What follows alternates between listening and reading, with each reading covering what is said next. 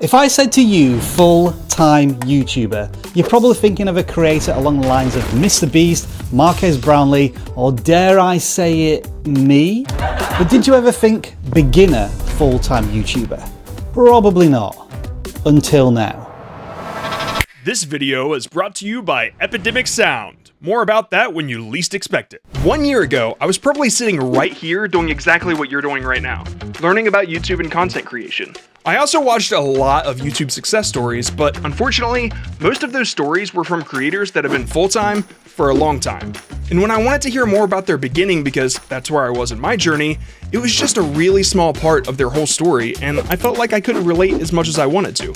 But I am still a beginner. And for those that are a year in or a couple months in, or even if this is day one of your YouTube journey, well, I hope you can relate just a little bit more, because I remember my first upload like it was last year, because it was. So like I said, 1 year ago, probably down to the exact minute, I was here watching a vidIQ video, and then I might have watched a few more. And if I had to get away from the computer to, do normal people things like clean the house or get groceries or shower, I would still be listening to YouTube advice. Then when I could, I'd catch live streams to learn from other channels and hopefully one day get my channel looked at by the professionals. These guys were like celebrities to me. And now suddenly they're my peers and my coworkers. But I'll get into how that happened here in a moment. For now, let's start from the beginning and explain exactly how I went from a 9-to-5 job to full-time content creator. Before YouTube, I went through a lot of jobs, and occasionally I would tour as a musician. And no, not the money-making kind. I was that guy that followed his dreams until it was kinda sad.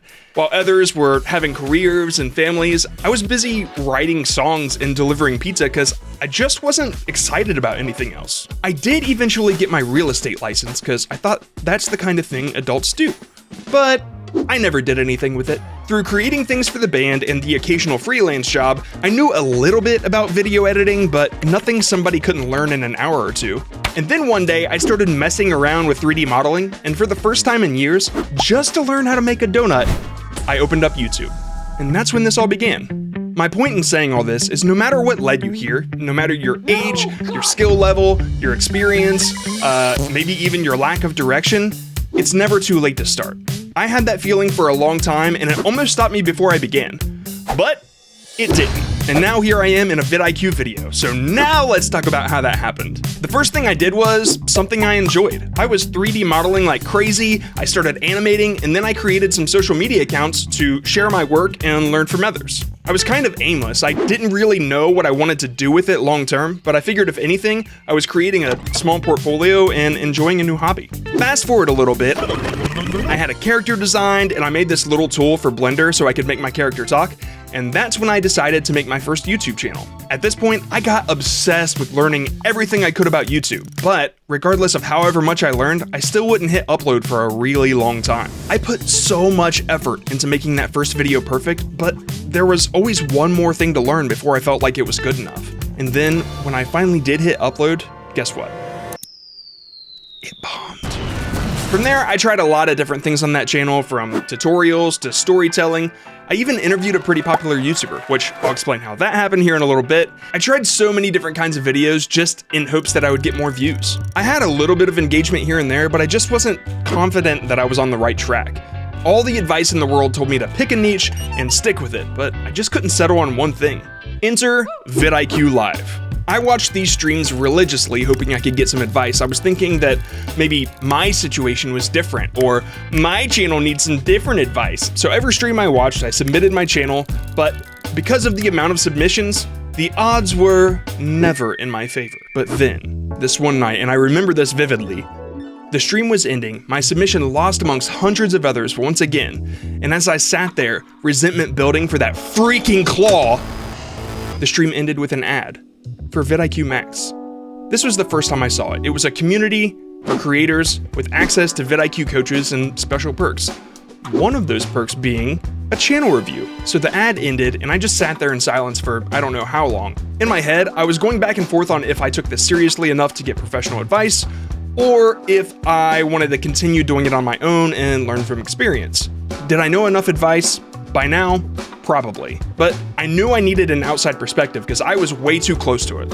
And I didn't trust that freaking claw. So I joined Max. Immediately, I started talking to some members, to some vidIQ staff. I got some encouragement, started making friends, and then I found the form to get your channel reviewed, and I quickly filled that out and eagerly awaited the next live stream. And then a couple days later, I got my channel reviewed. Does this guy look familiar? Wow, that's just fantastic editing. That was a brilliant channel, really well edited. It's funny actually because I'm seeing Mocknix in the Discord channel now, actually chatting to Travis. So they liked the channel, but they loved the editing. And as soon as they finished my review, Travis from vidIQ sent me a message. He said, "Hey, how long did this take you? I'm starting a new channel. I'd like to see if we're a good fit if you have time to edit this stuff." And I was like, absolutely. Now, I'd never really considered myself a video editor, but I definitely wasn't going to turn down an opportunity from somebody that I'd been getting advice from this whole time. So we emailed back and forth, he sent me the footage, and I started editing. At the time, all I really knew about editing was what I had learned out of necessity for my channel, what I've seen other channels do, and a bunch of viewer retention advice. But I really wanted to make a good impression. So I had a week to edit, and I think I spent like 16 hours a day for 6 days straight just making the best possible video I could. And when we finally had our video call, he loved it, and that was the first video that went on his channel. After what Rob said on the stream, Travis's excitement, and all the comments I saw on his video about my editing, I guess I was a video editor. And all that time I would have spent learning about YouTube was now replaced with studying Vince Gilligan, Dan Harmon, and my hero, Hayden Hillier-Smith. And then after all this, I finally decided to start my own channel with my face. And now that I was working with Travis, I had all these new tools at my disposal, like motion graphics, stock footage, Epidemic sound. I was basically making the best possible— Epidemic sound, you say? Did you know that every single piece of music and sound you've used in this video comes from the Epidemic sound library? Well, yeah, I was just about to say— Well, that's jolly good of you, sir, because you'll never have to worry about any copyright claims on this tip-top video. Oh, do make sure to mention to all of these lovely people that there are 40,000 tracks and 90,000 sound effects to choose from, and that vidIQ has a spiffing discount down in that, what you call it, description box thingy. Jolly good. Okay. Like I was saying, I had just started my new channel, which then presented a new problem. But I'll come back to that near the end, because it's a pretty good segue to the end screen. So I kept editing for Travis while I maintained a day job, but it was pretty obvious that the job was getting in the way, and I couldn't just quit, so we kind of wrestled with that balance for a while. Until one day. I was on vacation to visit my family. I had just come off a 14-hour flight, and when my phone finally started getting service, I got a ton of notifications. One of those notifications was Travis, and he was asking me for a resume. I was super confused. I hadn't put a resume together in a long time, but when he told me what it was for, jet lag did not stand a chance. I spent hours putting a resume and portfolio together, and that next morning, it was sent off to vidIQ. They had a job opening for a thumbnail designer, and there was a lot of competition. I had 2 interviews, and then I had an interview with Dan, then I had an interview with Rob, and then I received an email with 3 prompts to mock up some demo thumbnails. I was so excited I made 8 thumbnails, but I submitted my favorite 3, and then all I could do was wait. I couldn't hit up Travis about it because he wasn't a part of the hiring process, so I just had to anxiously wait for any news. And then finally, the last day of my vacation, I got an email. And it said that I got the job. Best vacation ever. I got back home, put in my 2 weeks notice, and then I started getting everything set up for vidIQ. At this point, YouTube was my job. With my channel, editing for Travis, and now creating for vidIQ, it took me 1 year to go from beginner to full-time creator, and honestly, I still can't believe it. But the details of my journey don't really matter. As cliche as it sounds, what really matters is the lessons I learned along the way. And I can tell you it takes patience and practice and persistence and passion, and I would name it the 4 P's of YouTube success. But I'm not gonna. Because you know all that stuff, and you've heard all that stuff. But like I said before, I'm still a beginner, and that mindset, it's fresh. So I do want to take this opportunity to say a few things that I wish I had heard a year ago. Number 1, just start. There were so many times I heard, just get out there and start uploading. And in my head, I'm like, well, that doesn't really apply to me because I got this plan, and my reasons were reasonably.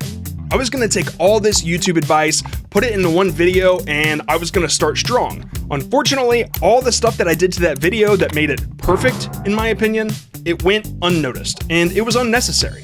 In reality, it would have been better for me to try something, upload, try something, upload, try something, upload, etc. Because I ended up having to do that anyway. You can learn everything there is to know, but without trial and error, you'll never know what works for you. And I had to learn that lesson the hard way. Number 2, it takes a village.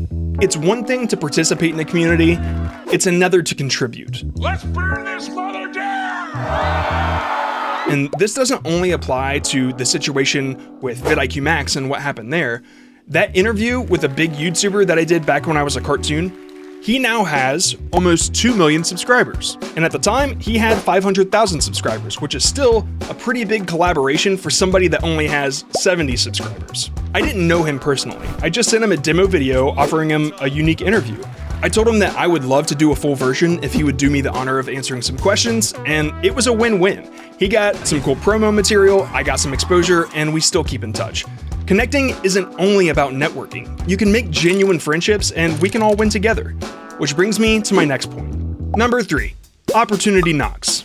Anything can be an opportunity, be it a question you ask, a tweet you reply to, a community you join. I had a completely different reason for joining vidIQ Max, but then an opportunity presented itself. And I often think, what if I never joined? Or what if I told him that I wasn't a video editor? Or what if I never watched the stream that night? Or what if YouTube never existed? I had a point. My point is, what was my point? My point is, you can't predict what will or won't be an opportunity, so you have to put yourself in places where opportunities could happen, because you won't hear opportunity knock if you don't have a door. There, point made. Number 4, niche. Niche. Niche. Some people come into this knowing exactly what they want to do, but not me. I wanted to do everything, and I know I'm not alone on that. So to the people who want to do everything, settling on a niche, it's gonna be a struggle. For example, when I was animating, I tried to be like the odd ones out, Noodle, Ice Cream Sandwich, Jake Fellman, Conan O'Brien, the news. And even with my new channel, I tried reactions, gaming, news and tea, Netflix stuff, iceberg videos, top 10s. It was tough, but I did finally figure it out. And in 2 more paragraphs, I'll explain how I did that. But my point is, it's okay if you don't know what you want to do at first. Experiment, try things out. Odds are you're gonna find what you want to do much faster than I did. And when you finally figure it out, you can unlist all the unrelated videos or even start a new channel. In my case, when I finally settled on what I knew I wanted to be, I unlisted a ton of videos, which was kind of a bummer because one did really well, but it's not related to my niche anymore and I don't want the algorithm to think it is. Also, when you unlist a video, you still get to keep the views, so it's not so bad. Number 5, finding your style. This was tough for me to figure out because all the creators that I was watching, they all had this unique thing about them. The way they were with the camera, their jokes, their editing, their hair. As a beginner, I just assumed that that was them. Like they were always this way. Like they were born with this perfect style, just waiting on the day that they would hit record and show the world. But I wasn't born with it. So somehow I felt like I had to magically come up with this unique style that nobody's ever seen before, like all the creators I watch. And at the time I was hearing, originality is key. You gotta do something different. Your content has to be unique. But originality, it doesn't exist. At least, not what I thought originality was. One day I got a comment that said, "I love your editing style." And in my head I'm like, well, I got this from there, I saw this on that channel, I learned this from that tutorial, blah blah blah blah blah. Just because you can pick apart every little thing you do and know what inspired it, doesn't mean anybody else can or even cares to. See, I didn't know it, but I was developing my own unique style this entire time. Because your style is nothing more than a combination of things that you learn, be it through education, experimentation, or the best for creators, imitation. For example, I like to end my videos like this. Woo! TikTok. Is that good? And for the longest time, I wasn't sure where I got that idea. And then one day, I was watching this old show I used to watch as a kid, Malcolm in the Middle, and wouldn't you know it, Look at me. It must have been buried deep down in there just waiting to be used one day, and no one would ever know where I got that from if I didn't just now point it out. And finally, the most important piece of advice that I wish I had known a year ago when I first started: there is no defined path of a YouTube journey. Because through finding my style, at long last, I finally found my niche.